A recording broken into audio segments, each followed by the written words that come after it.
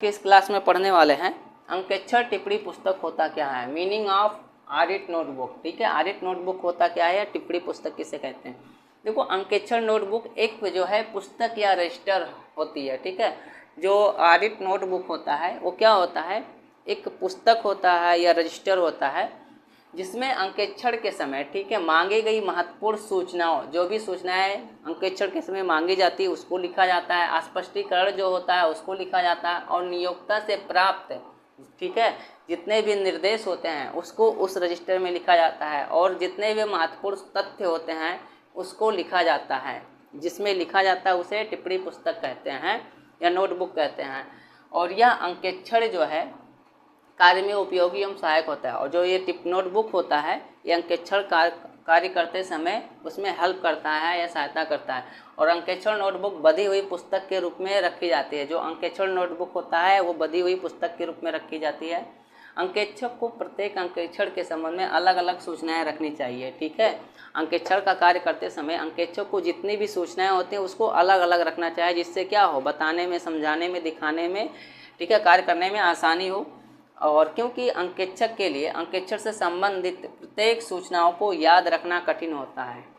ठीक है, जितनी भी सूचनाएं होती हैं किसी भी व्यक्ति को, अंकेक्षक को ही नहीं, कोई भी व्यक्ति याद नहीं कर सकता। इसलिए जब उस सूचनाओं को अलग अलग रखेगा तो उसको देखने में, बताने में, समझाने में या और कार्य करने में आसानी होता है।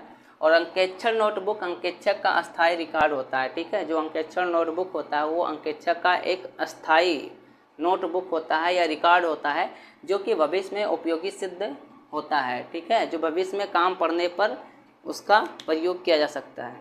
फिर इस क्लास में पढ़ने वाले हैं अंकेक्षण टिप्पणी पुस्तक की लाभ तथा विशेष सामग्री। क्या क्या नोटबुक के लाभ होते हैं और उसमें क्या क्या विशेष सामग्री शामिल की जाती है। विशेष सामग्री में क्या क्या लिखी रहती हैं, नोटबुक की जो विशेष सामग्री होती है वो क्या क्या होती है और उसमें कौन कौन सी बातें लिखी रहती हैं, इसके बारे में जानेंगे।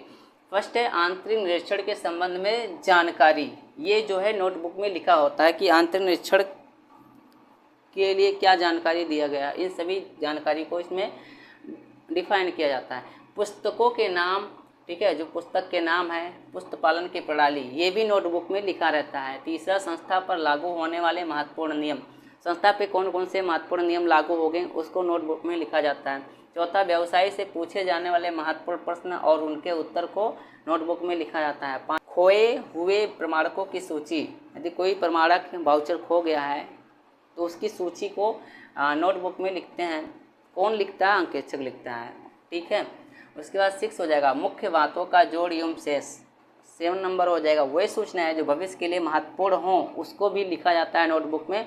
8 नंबर हो जाएगा व्यवसाय की विशेषता को भी नोटबुक में लिखा जाता है। ये हो जाएगी नोटबुक की विशेष सामग्री। अब देखो क्या क्या लाभ होते हैं, प्रॉफिट क्या क्या होता है, लाभ।